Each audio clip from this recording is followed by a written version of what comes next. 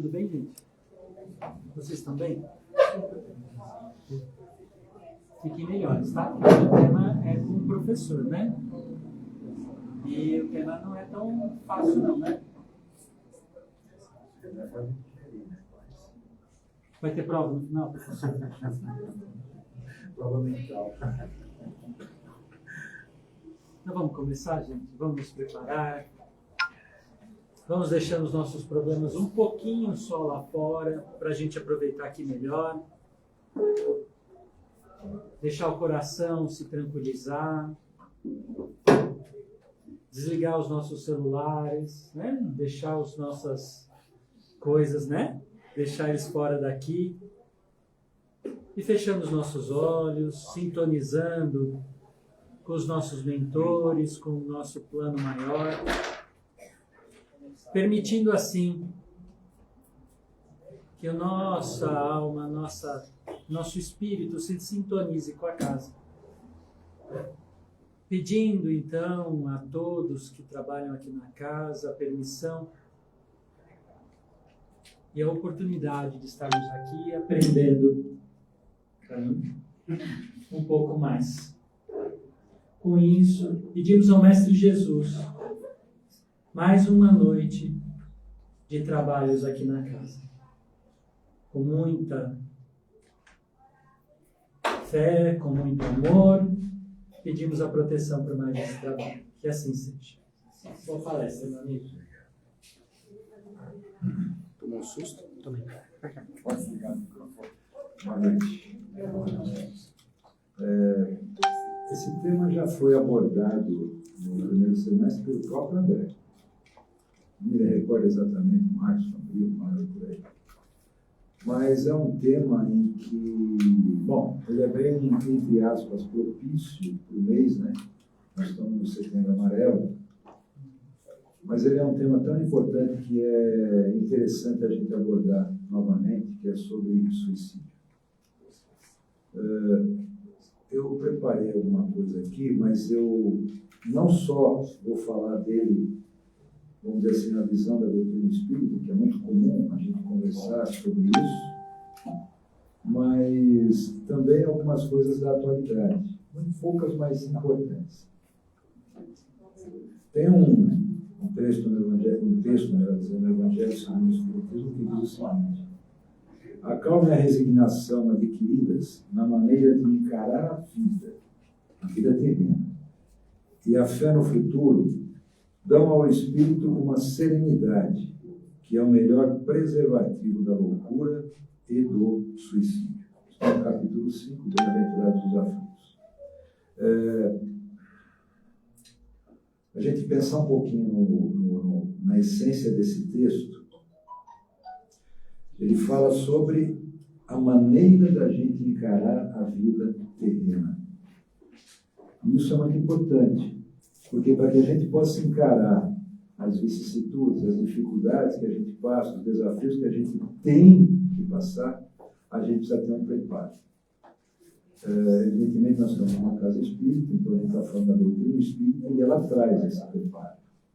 Mas nem todo espírita deixou de cometer um suicídio. Eu, particularmente, conheço um que, infelizmente, partiu para a parte espiritual dessa forma. Por quê? Porque nós ainda somos extremamente imperfeitos e temos dificuldade de assimilar determinadas dificuldades, sejam elas de ordem material, sejam elas de ordem emocional, enfim. A gente precisa se conscientizar de que essas dificuldades fazem parte da nossa jornada, da nossa caminhada. Tem outros pontos nas obras básicas que trazem sobre suicídio. O próprio Livro dos Espíritos, lá no livro 4, que fala sobre decepções, tem uma questão, se não me engano, da 943 até 957, que fala sobre suicídio propriamente dito. Né? Bom, suicídio, como a gente sabe, é um ato intencional, quer dizer, um ato premeditado que alguém provoca para tirar sua própria vida corpórea. E várias são as causas que podem levar a pessoa a esse pensamento suicida. Depressão, dificuldade financeira, problemas emocionais, problemas psíquicos, dependência química, drogas, alcoolismo e até mesmo obsessão espiritual. Mas na frente eu vou contar um exemplo, eu acho que eu já contei aqui uma vez, muito tempo atrás, mas eu vou contar um exemplo de alguém que eu entendo tenha sido um caso de obsessão. Toda pessoa que tem ideia suicida, ela dá sinais. Então a gente precisa estar muito atento a isso. Eu digo a gente por quê? Porque faz parte da gente cuidar do próximo. Seja ele muito próximo, seja ele aquele que a gente encontra eventualmente. Né? Então, ele dá, a pessoa que tem essa ideia, ela dá algum sinal. Por exemplo, ela tem um ferimento notável em um lugar porque ela quer que a pessoa perceba que ela está precisando de ajuda. Eu linkei algumas aqui, ameaças. Numa frase, ela pode falar alguma coisa que, se a gente captar, ela vai dizer sobre a ideia dela de cometer suicídio. Seja porque ela está com algum problema pessoal, seja porque ela está com algum problema do ponto de vista financeiro, seja porque ela está com alguma doença grave. Né? Isso também é um motivo da pessoa criar essa ideia. Acredita na fatalidade. Ela entende que alguém que ela conheça porque se suicidou foi uma fatalidade. Mas ninguém conhece a história daquela pessoa que cometeu esse ato. Tentativas, então ela faz tentativas, mas não conclui essa tentativa. Isso é sinal que ela vai tentar de novo. Intenção. Às vezes ela não cumpre, né? Mas ela tem a intenção de fazer. É uma forma de chamar a atenção, de pedir socorro. Por isso que eu digo, os sinais que a pessoa dá, eles são muito sutis. Eles estão ali envolvidos por alguma coisa que, se a gente não perceber, a gente não consegue auxiliar. As estatísticas em 2019 mostravam que, e ainda mostra hoje, que o aumento de suicídio, tanto do sexo masculino quanto do feminino, aumentou muito. E o que é preocupante? Aumentou também o suicídio entre os jovens e adolescentes. E isso é muito preocupante. Por isso é muito importante que a gente tenha um diálogo aberto com os nossos filhos, nossos sobrinhos, no meu caso, meus netos, enfim, para que a gente possa criar nesses jovens a sustentação para que eles possam enfrentar no futuro os desafios que vão acontecer. Eles não estão isentos disso, eles não estão livres dessa questão dos desafios que eles precisam passar. Então é importante que eles tenham uma base sólida, que não criem ilusões, que não criem falsa ilusão, porque expectativa principalmente, porque elas podem não acontecer. Então eles precisam estar preparados para que as conquistas com seu próprio esforço sejam valorizadas. Então essas ideias vão, se elas existirem, vão se disseminando. Então a gente tem que entender que o assunto suicídio ele não pode ser um assunto de tabu. Ele tem que ser um assunto aberto. Ele tem que ser um assunto a ser conversado. Principalmente quando a gente percebe alguma coisa. Como eu falei, os sinais são muito sutis, são invisíveis. Então a gente tem que perceber nos mínimos detalhes essas situações. Para a ciência, eu já disse algumas, as causas do suicídio podem estar relacionadas a distúrbios psicossociais e, segundo um levantamento da Organização Mundial da Saúde, a causa ou as grandes causas decorrem de vários fatores, como eu já falei, depressão, desequilíbrio neuropsíquico, fatores ambientais, socioeconômicos, genéticos e familiares, como a exclusão. Genético, que a pessoa nasceu, encarnou com uma determinada deficiência. Aquilo pode trazer a ela um complexo terrível. E a sociedade ainda vive, né, nessa condição de observar determinadas deficiências. A gente não. Né? A gente entende o porquê disso. Isso não está preso ao momento agora. Está preso a momentos anteriores da vida do espírito. Dependência química, como eu já falei, desesperança, traumas emocionais, transtorno bipolar, esquizofrenia, anorexia e desvios de personalidade. muitos pesquisadores ainda não conseguiram encontrar a causa do que leva uma pessoa ao suicídio. Né? Não conseguiram ainda determinar por que pode levar uma pessoa ao suicídio, e existem outras pessoas que têm o mesmo problema que aquela pessoa que cometeu suicídio teve, e, no entanto, não cometeram suicídio. Então, quer dizer, a ciência ela engatinha nesse sentido, porque ainda não se aprofundou no sentido da imortalidade do espírito. Existe uma história milenar desses espíritos. Então, é inegável que a presença dessas causas do suicídio possam trazer ideias suicidas, né? Mas se confunde isso como se fosse a causa principal. Na verdade, ele é um efeito. É como se a gente entendesse que o problema está no nosso físico, quando, na verdade, a doença está no espírito, está na alma. Então, aqui a gente vê um pouquinho agora, ou muito, talvez, do lado espiritual do suicídio. Muitas religiões combatem o suicídio, né? A ponto de entender que o suicida ele não é nem mesmo merecedor de orações a seu favor, não merece orações em favor dos mortos, ele é um morto da vida corpórea, e religiões radicais entendem que o suicida ele é alguém que negou a lei de Deus e que, portanto, a oração para ele não vai trazer efeito nenhum. Muito pelo contrário. O Espiritismo nos mostra isso. O suicida, em momento algum, é desamparado pela lei divina. Ele vai, sim, sofrer as consequências do seu ato. Isso faz parte da justiça, da misericórdia de Deus, mas não é desamparado em momento algum. Nós estamos falando de suicídio, mas existem dois tipos, basicamente, de suicídio. Aquele que é o direto, ou intencional, ou seja, a pessoa premeditou, ela projetou, às vezes até com detalhes, o seu desenlace, o seu desencarne. E existe o indireto, que é aquele que a pessoa abusa dos vícios, abusa das indisciplinas, né? E acaba abreviando o seu retorno ao plano espiritual. Exemplo claro que nós temos é trazido pelo Chico, pelo próprio André Luiz.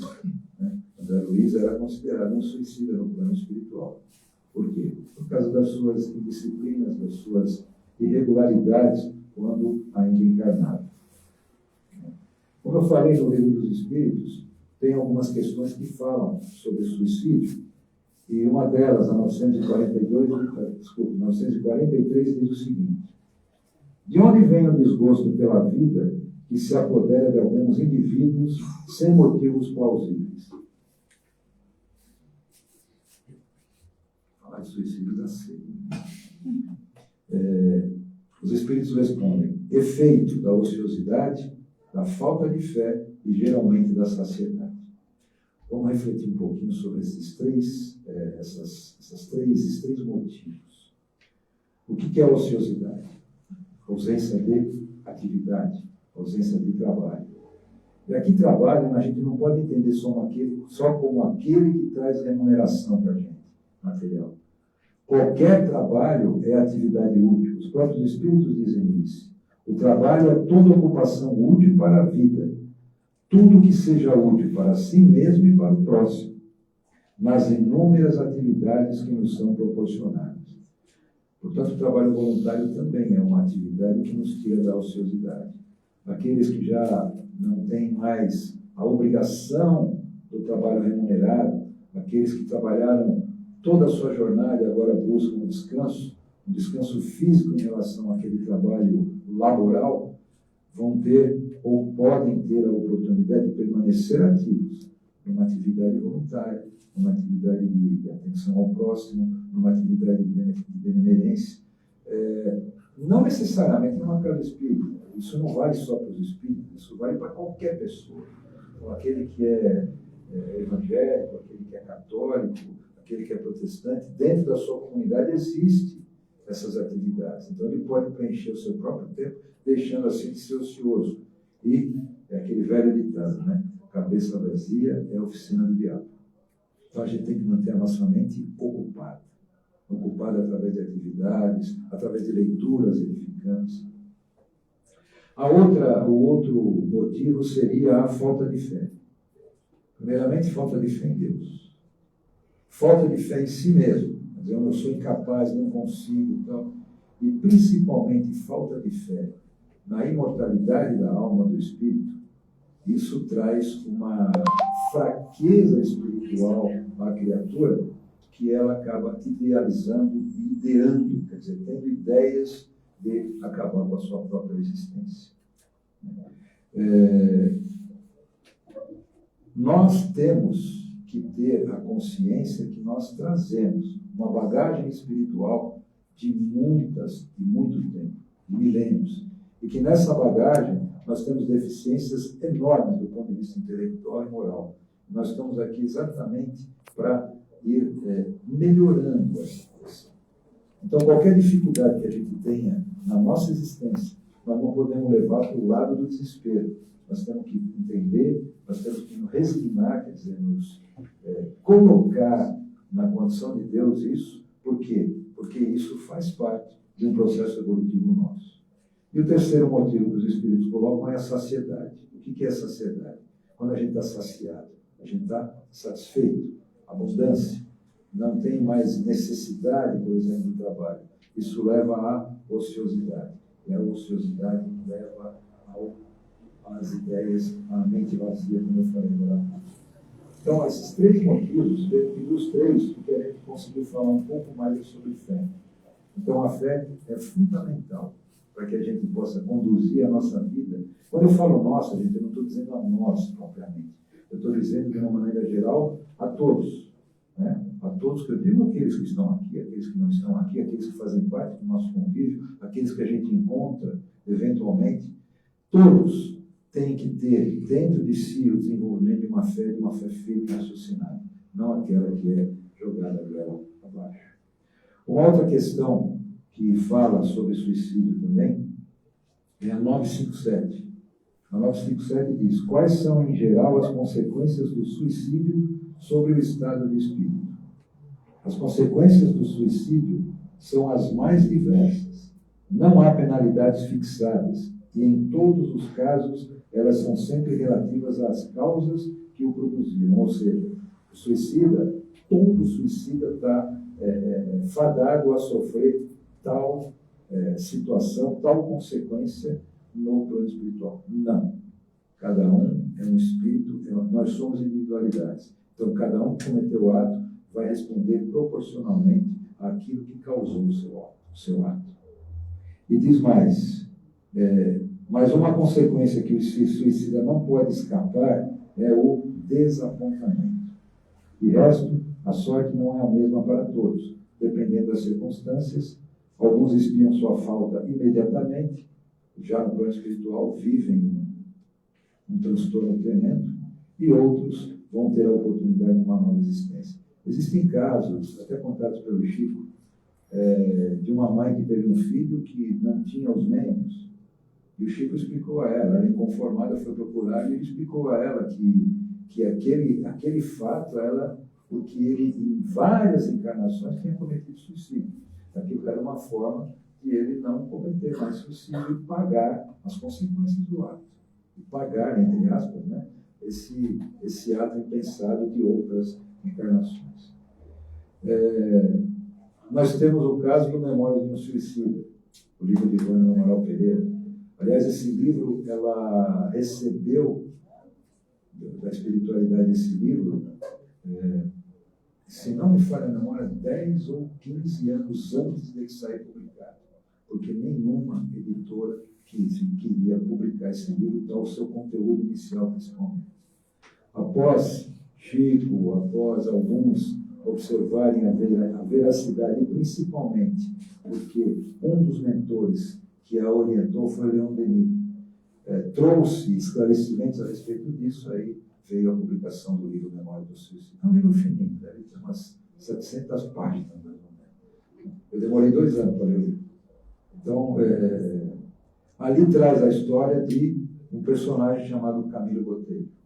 Camilo Botelho era Camilo Castelo Branco. um poeta português que ficou cego, entrou em desespero e se suicidou. Se suicidou e no plano, isso conta toda a história dele lá no plano espiritual. As pessoas às vezes têm, vamos dizer assim, medo de ler o livro por causa dos primeiros capítulos, que é quando o suicida chega no plano espiritual, vê esse desapontamento, que os espíritos respondem nessa questão 957, e aí ele entra em desespero. E aí até vir toda aquela falange de bons espíritos para poder levá-los, vai aí um tempo dele assimilar, um tempo dele poder entender até certo ponto o que aconteceu. Né? Então o desapontamento do suicida quando chega no plano espiritual é muito grande, porque na verdade ele viu que tudo aquilo que ele imaginava que ele teria resolvido, ele não resolveu. Acontece exatamente o contrário do que ele pensava em vida, encarnado. Né? Como a sede do espírito, ela está, melhor dizendo, a sede da inteligência está no próprio espírito, não no cérebro. O cérebro é matéria. Então, o cérebro é uma forma do espírito se manifestar. Então, a inteligência nossa está na nossa própria essência, que é a essência espiritual. Então, todos esses atos ficam muito vivos em nossa memória espiritual, em nosso perispírito.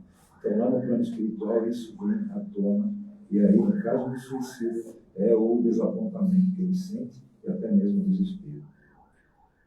Então, é muito importante que a gente saiba que o suicida, nunca estará desamparado da misericórdia de Deus. Estará sempre amparado. O seu ato não quer dizer que ele é, como religiões radicais, como eu disse, seja um descrente de Deus. Não, não é isso. Ou seja, um abandonado de Deus. Não. Ele sempre estará sob a misericórdia de Deus. Bom, viver é a melhor escolha. Então a gente está conversando sobre suicídio, mas se alguém tem essa ideia na cabeça, não vai a viver é a melhor escolha. Não. Eu me lembro de 3 casos. Um de um médico, que é um médico espírita, conhecido nosso, que ele contou uma ocasião em que ele foi num evento, uma festa de aniversário e tal, e conversou com um rapaz, um jovem. Conversou com esse rapaz alegre, cantando, brincando e tal. Isso foi tipo um sábado, um domingo, na terça ou na quarta-feira da semana, o rapaz se suicidou. E ele, como médico, que é observador desses detalhes, ele não se conformava. Ele falou, aonde foi que eu errei, que eu não consegui ver, que eu não consegui enxergar, porque algum sinal ele deve ter me dado, mas eu não percebi. Talvez a euforia. Talvez a alegria em excesso tenha sido o sinal. Estou dizendo isso é uma opinião minha, não é que ele falou, o doutor falou para mim, o doutor Sérgio falou para mim. Não é o doutor Sérgio que vinha fazer palestra aqui, não. É um médico. Ele falou para mim. Não, eu cheguei à conclusão, será que era euforia? Por isso que eu digo, os sinais são sutis. A gente tem que observar isso. Claro, a pessoa era uma pessoa que ele conheceu naquele dia, então ele não poderia determinar que era isso. Mas ele ficou um bom tempo inconformado de não ter percebido isso. Um outro caso é esse amigo que eu falei que tive que cometer suicídio. Por várias vezes a gente fazia parte de uma sociedade e por várias vezes nessa reunião ele saía e ele sempre terminava, ele fazia uma oração, então ele saía de lá e um dia ele me procurou e falou, Mário, eu sinto um aperto no coração, uma angústia. Porque naquela ocasião, faz alguns anos, naquela ocasião eu não frequentava aqui, eu frequentava uma outra casa. E ele falou assim, você que não frequenta a casa, você conhece alguém, conversa com a dirigente da casa. Conversa com a dona Nena. Ela vai conversar com você e você vai poder conversar com ela e ela te trazer o tratamento. E ele foi. Foi, alguns meses depois eu perguntei, pô, Juliano, como é que você está? Ele falou, eu estou mais ou menos, eu ainda sinto aquela dor. Aí um belo dia chega um outro amigo nosso na nossa reunião e disse que o Alexandrino tinha se suicidado. Simplesmente se atirou do apartamento que ele morava. Eu fiquei bastante chateado com isso, mas eu cheguei à conclusão que ali ele estava sofrendo algum processo obsessivo. algum processo obsessivo que ele não conseguiu desvincular. O tratamento dele realmente era espiritual, porque era uma dor que não era uma dor física, era uma dor de alma. Alguma coisa ali perturbava ele, e ele não conseguiu dizer exatamente o que é. Eu cheguei a essa conclusão. E um outro caso, que eu falei anteriormente, que eu ia contar, é de um rapaz que eu conheci, em que ele é dono de uma fábrica de vidros, e o pai saiu um dia do seu prédio, do seu apartamento, saiu, foi para um lugar e simplesmente se suicidou. Também acho que foi um processo obsessivo. E o que é interessante, isso o rapaz contando para mim, que ele tem tinha pelo menos faz alguns anos já, tinha uma funcionária que era evangélica, viu a gente? Eu tive a oportunidade de ver alguns.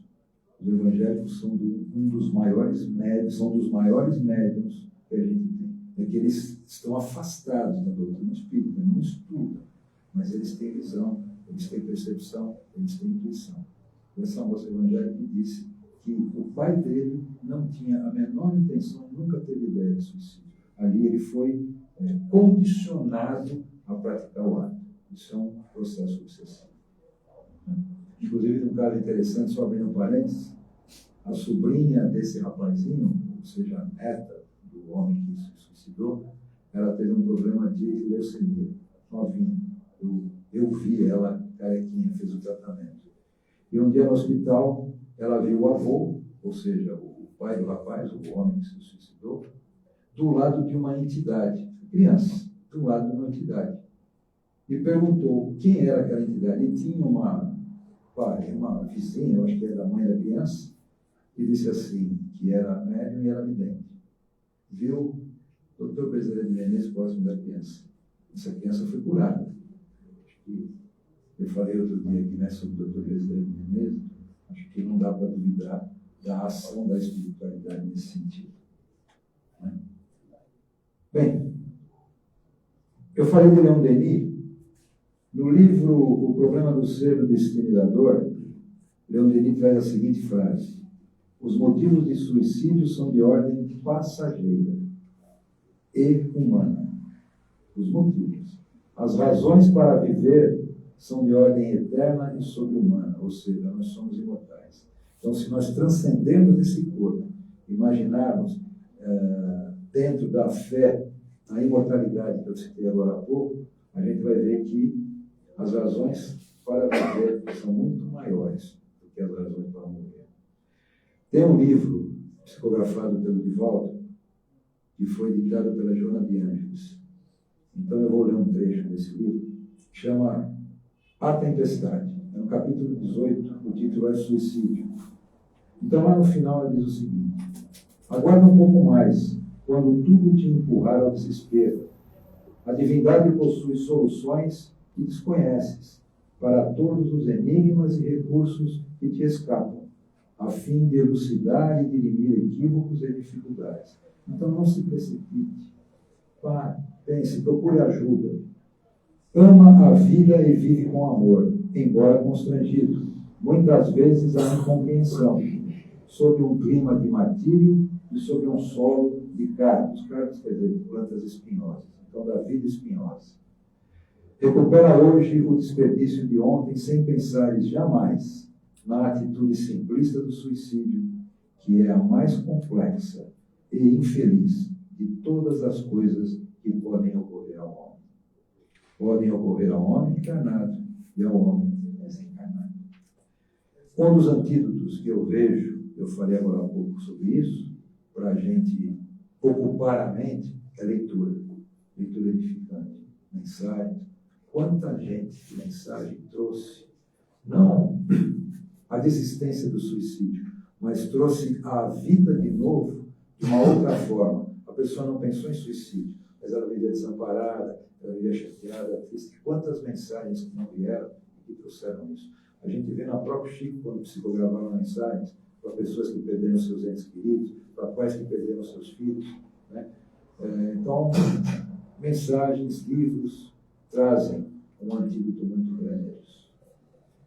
Conta-se que uma jovem senhora estava vivendo um problema doméstico terrível. Foi abandonada pelo marido, e e ficou com 3 filhos jovens, menores. E aí veio a ideia do suicídio. Então ela planejou, conseguiu um líquido mortífero, um veneno, e vinha para casa trazendo esse líquido quando passou em frente a uma banca de jornal que tinha livros espíritas. Aí ela pegou um livro, olhou a capa, leu alguns índices, deu um índice, alguns capítulos, tal, o título, e aí devolveu o livro. E o rapaz da banca percebeu que ela havia se interessado pelo livro e perguntou: a senhora não quer levar o livro? Ela respondeu não, timidamente respondeu não, eu não tenho dinheiro para comprar. Falei: pois então a senhora leva de presente. E o rapaz deu o livro para ela, nada é o acaso. Ela levou o livro, chegou em casa, começou a ler. Começou a ler não, ela abriu um determinado capítulo, suicídio. Leu aquele capítulo que trouxe uma série de informações para ela que ela desconhecia. E leu outros, e passou a noite lendo. A ideia do suicídio sumiu, simplesmente se apagou da ideia dela. Ela começou a chorar emotivamente e percebeu a importância da vida. E não era só a vida dela, tinha mais 3 criaturas que dependiam dela. O livro era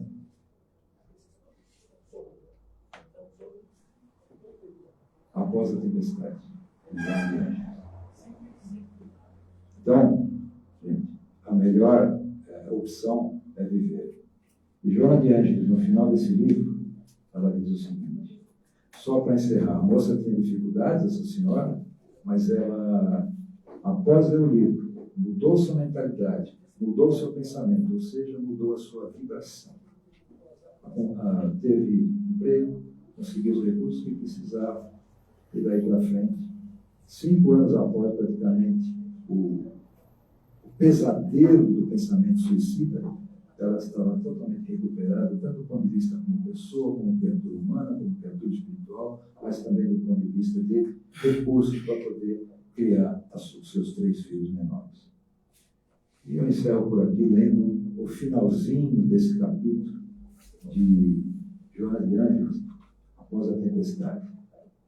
Se te parecerem insuportáveis as dores, lembra-te de Jesus, na suprema humilhação da cruz, todavia confiando em Deus, e de Maria sua mãe, em total angústia, fitando o filho traído, aparentemente abandonado, de alma também trespassada pela dor sem nome, por meio de cuja confiança integral se converteu em exemplo insuperável de resignação e paciência na sua inquestionável fé em Deus, tornando-se a Mãe Santíssima da humanidade toda.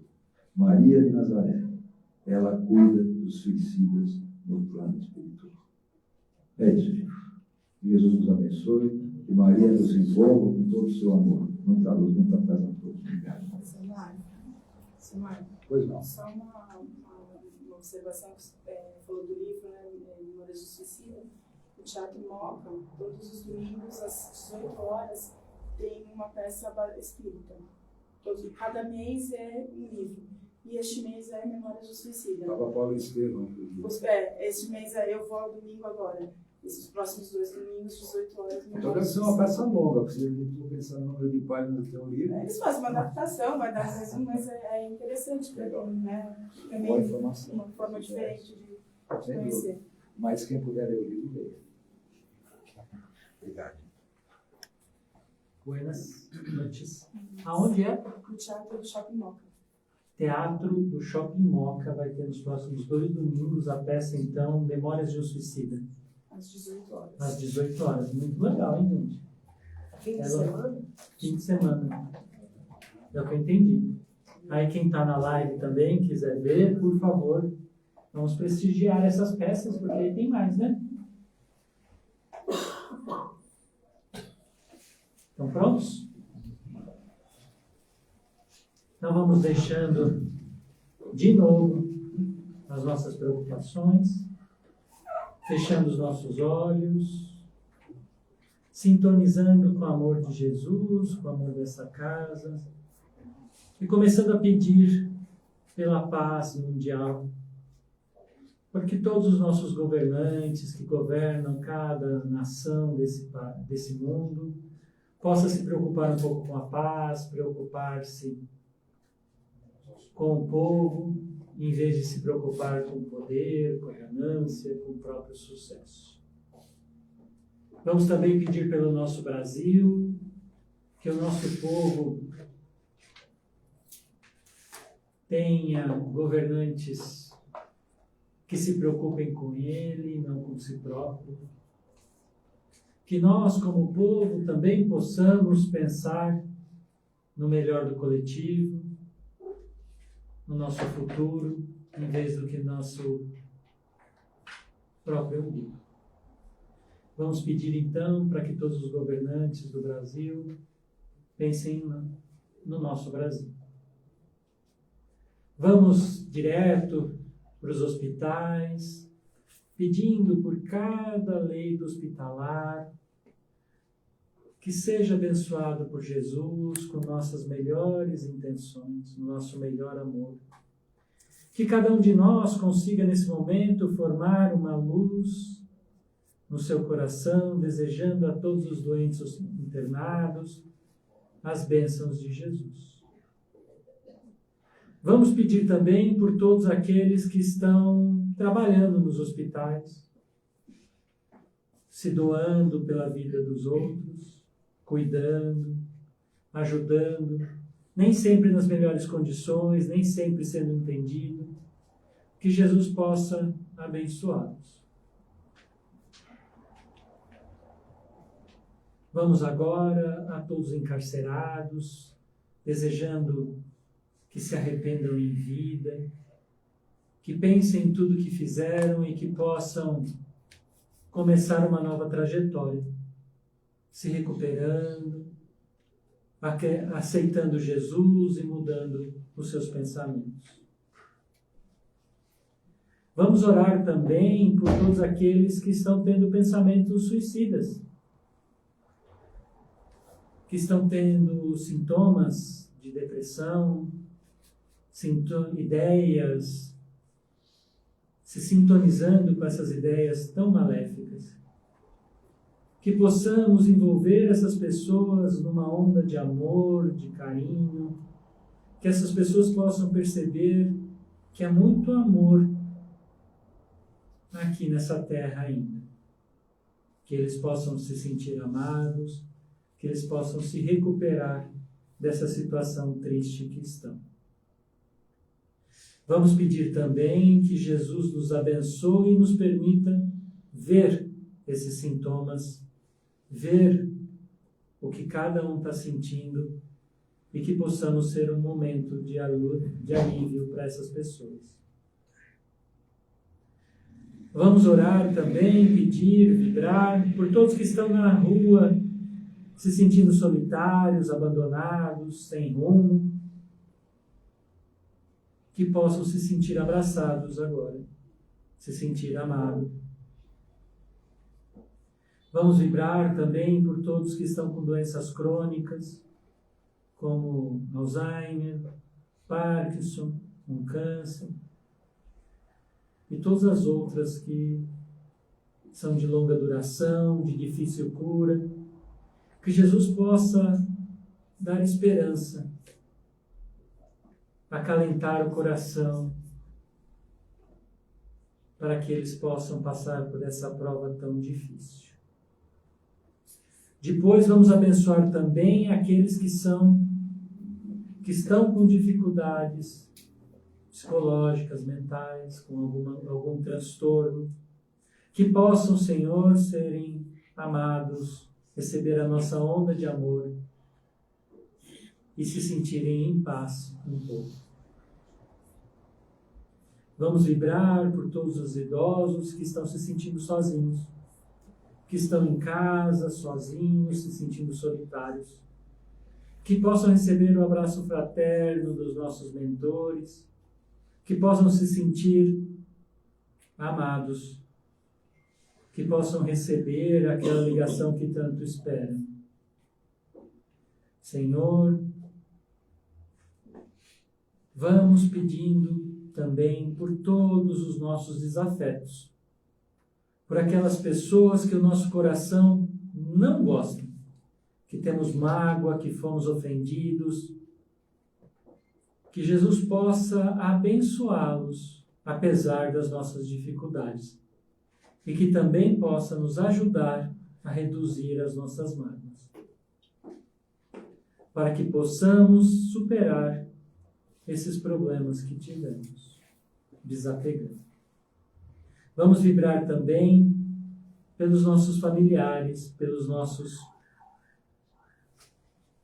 amigos, nossos entes queridos. Que todos possam receber agora o nosso carinho, o nosso amor fácil e todas as nossas melhores intenções. E por último, vamos vibrar por nós mesmos, pedindo que aproveitemos a nossa oportunidade hoje da cromoterapia. Que saiamos daqui muito melhores do que estamos como chegamos. Jesus, também vamos agradecer a oportunidade de estar aqui, a oportunidade de ouvir uma palestra tão significativa, que possamos levar esse aprendizado e ficarmos atentos a todos esses sinais que aprendemos hoje. Que assim seja. Muito obrigado. Olá, gente. Temos muitos recados. Primeiro é o bazar, né, que tem ali no finalzinho da cromoterapia. Como vocês sabem, isso é revertido em cesta básica. A gente precisa muito da ajuda de vocês, porque a gente tem 35 famílias que recebem cesta básica nossa todos os meses. E como vocês sabem, não está fácil para nós, imagina para eles, né? Então vamos nos esforçar e tentar ajudá-los um pouquinho mais, né? A gente tem uma live hoje, para quem não pode vir, né? Está acontecendo, e tem no domingo, às 8 horas da noite. No domingo, né, é o Evangelho. Para quem está começando a fazer o Evangelho no lar, para quem quer saber como é, entra na live, faz com a gente, vai ser muito bem-vindo, né? A gente sempre está lá às 8 da noite do domingo. A gente tem as entrevistas às quintas-feiras, né, sobre uma cura física, emocional. Se você quiser conversar, né, sobre doutrina, sobre o que está passando, com o Cláudio Amir. Ele é muito gente boa, viu? Eu recomendo. Venham aqui, nem que seja para falar do time dele, que o time perdeu, tal, ele gosta. O tratamento de cura é de sábado, né? Todos sabem, já no último do sábado de todo mês. Né? Venham, né? Mas para vir tem de passar na entrevista antes. E se faltar 2 vezes, tem de passar de novo na entrevista, tá bom? Às terças-feiras tem um curso básico às 8 horas da noite com o professor Carlos. Quem quiser conhecer mais da doutrina, eu recomendo. Nossa, não para de aparecer recado. A biblioteca tem mais de 1000 livros, inclusive Memórias de um Suicida. Tem lá. Por favor, quem quiser ver o livro, ou ver o livro não, quem quiser ler o livro, só pegar emprestado, tá bom? Eu costumo falar sempre aqui, então vocês já conhecem, espírita tem de ler, hein, gente? Tragam uma garrafinha de água para vocês terem água fluidificada a semana toda. Não esqueçam. Com isso, vocês terão um pouquinho da cromoterapia todos os dias durante a semana. E se vocês não esquecerem e quiserem comprar, tem no bazar também. Todas as doações são revertidas para as despesas da casa e para a manutenção ali das cestas básicas. E aqui, gente, tem mais uma cartela de bingo de R$5. Rifa. Uma rifa, que horror. Que é uma xícara de café com pires e uma petisqueira, tá bom? Cada coisinha aqui é R$5. Contamos com vocês, tá bom? Obrigado, boa noite e uma ótima cromoterapia a todos.